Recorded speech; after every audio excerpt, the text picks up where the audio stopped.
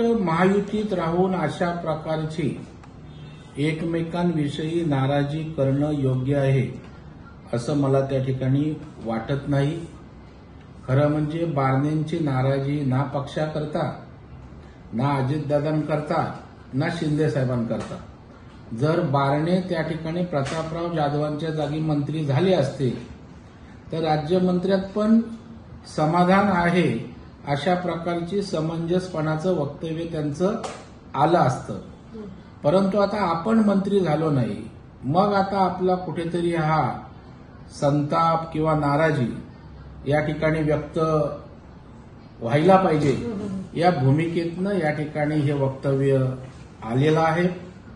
तसं पाहिलं तर आपण बारणेंच्या भूमिकेबाबतीत बोलत असताना जर एवढे खासदार आहेत तेवढे खासदार आहेत हे वक्तव्य असेल तर मला वाटतं 105 आमदार भारतीय जनता पार्टीचे असताना सुद्धा मुख्यमंत्री एकनाथराव शिंदे साहेब झाले, उपमुख्यमंत्री 5 वर्ष मुख्यमंत्री असताना देवेंद्रजी झाले, नंतर केवळ उपमुख्यमंत्री नाही पुन्हा एक उपमुख्यमंत्री झाला। मग इथे आमच्या आकड्याला काहीच किंमत नाही का?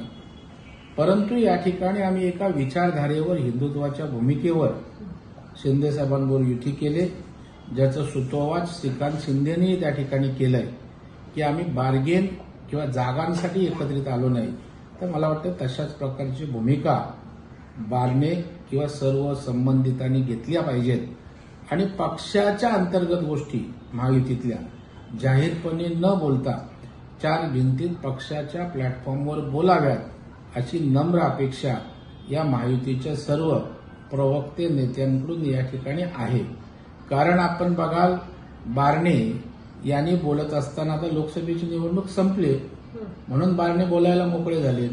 त्यांच्यासाठी आमचे आमदार प्रशांत ठाकूर असतील, इतर भाजपचे आमदार असतील, यांनी कशा पद्धतीनं काम केलंय भारतीय जनता पार्टीच्या कॅडरनी हे त्यांनाही माहीत आहे।